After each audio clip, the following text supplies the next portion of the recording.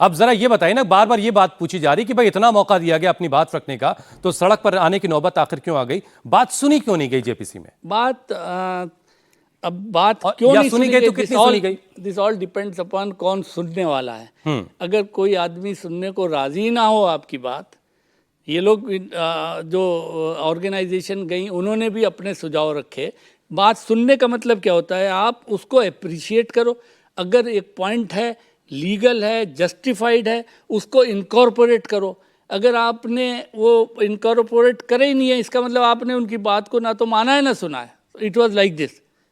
So this is in fact has happened, and that is why the Muslims and the organizations are agitated as to why our property, this is our waqf, this is our institution which was created by our forefathers and managed by our people, are now being left kept open for everybody to go and decide. हमारे घर में पड़ोसी की चलेगी. That is how. That ये is वाला how it is मामला है. happening. जावेद साहब सर, आप ये समझाइए, बहुत सारे लोग एक सवाल ये पूछ रहे हैं कि एक आम मुसलमान को वक्फ से क्या कुछ हासिल होता है? उसको कुछ खबर है कि वक्फ क्या चीज़ है? उसकी ज़िंदगी में वक्फ से क्या बदलाव आ सकता है? जी बिल्कुल सही। ये वक्फ का जो बहुत ही थ्योरेटिकल और प्रैक्टिकल अभी आपने उसकी डेफिनेशन सुना, तो जो हमारा कंसेप्ट है जो मुसलमान एज ए मोमिन कि अगर उसको ज़िंदगी हयात यानी अपने ज़िंदगी में अगर है तो वक्फ का उसका दो तरह का इस्तेमाल है। एक उसके रिलीजियस पर्पस यानी उसके ज़िंदगी हयात में उसको अपनी इबादत के लिए एक अल्लाह मतलब जिन मस्जिदों में जा रहा है वो भी उसके इस्तेमाल में मानी जाएगी, जिन दरगाहों पे जा रहा है, जिन कब्रिस्तानों में दफन किया जा रहा है, दरगाहों में, कब्रिस्तानों में, इमामबाड़ों में और तमाम उनके तरीके हैं जहाँ पे इबादत करता है। दूसरा, जब वो दुनिया से रुखसत होता है तो उसको एक कब्रिस्तान में 2.5 गज की ज़मीन चाहिए जहाँ पे वो दफन होता है। उसका स्पिरिचुअल सेंस है, यानी उसके दीन से और उसके ईमान से उसका ताल्लुक़ है, तो उसकी बहुत अहमियत है। ये 100% आप उसका मजहबी मामला है। जैसे आपने डिफिनीशन में दो बात सुनी होगी, पायस पर्पज़ और रिलीजियस पर्पज़।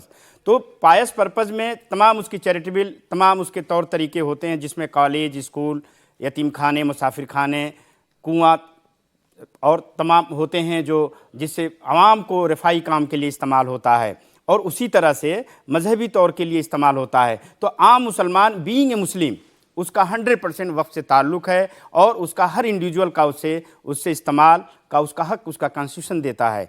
इसी कॉन्स्टिट्यूशन के दिए हुए अख्तियार से आर्टिकल 26 में हर मज़हब के मानने वाले, ख़ास तौर से रिलीजियस पर्पस जो माइनॉरिटी हैं, उनको अपने इदारों को चलाने का हक, उनको अपने इदारों को क्रिएट करने का हक, उनको मॉनिटर करने का पूरा। यहाँ एक सवाल और ले लीजिए जावेद साहब। बार बार एक बात ये भी कही जाती कि भाई वक्फ बोर्ड चलाने के लिए सरकार पैसे क्यों दे? तो क्या वक्फ बोर्ड के जो अखराजात हैं वो उसको सरकार उसके लिए पैसे खर्च करती है? कहाँ से पैसे आते हैं उसके? ये बहुत अच्छा सवाल है। जब ये कंसीव हुआ कंसेप्ट 1954 में, आज़ादी के बाद जब नया कानून बना 1954 में, तो वक्फ एक ऐसी संस्था है या ऐसी इसके अमलाक हैं, इसके प्रॉपर्टी हैं, ऐसे लफ्जों का इस्तेमाल करें जावेद साहब कि बच्चे जो बैठे हैं यहाँ समझ सकें। अमलाक जो है वो इन बच्चों को शायद हाँ बिल्कुल, मैं इसका प्लूरल वर्ड है। ये ऐसी प्रॉपर्टी जो कमर्शियल और दोनों तरह से इस्तेमाल होती हों, तो उससे होने वाली आय से इसके मैनेजमेंट, इसके रख रखाव और इसकी व्यवस्था को चलाने के लिए ये तय पाया गया कि वक्फ की संपत्तियों से होने वाली कमाई से ही उसका खर्चा पूरा होता है, सरकार पैसे नहीं देती। सरकार बिल्कुल नहीं देती है, और उसके आय का एक रेशियो डिवाइड किया गया।